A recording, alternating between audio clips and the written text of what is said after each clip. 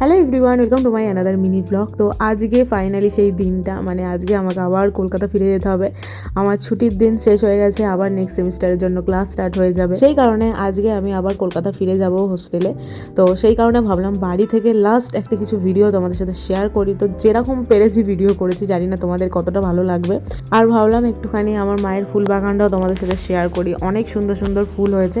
আবার যখন বাড়ি ফিরবো তখন আরও সুন্দর সুন্দর ফুল হয়ে যাবে, সেগুলোও তোমাদের সাথে শেয়ার করবো।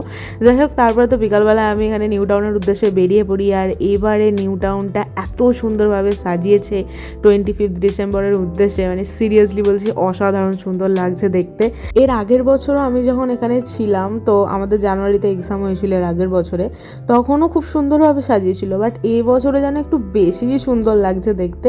চলো তাহলে এই ভিডিওটা এখানেই শেষ করি। আই হোপ তোমাদের ভিডিওটা দেখতে ভালো লেগেছে। ভালো হলে অবশ্যই কিন্তু লাইক করতে ভুলো না। দেখা হচ্ছে আবার একটা নেক্সট ভিডিওতে। টাটা।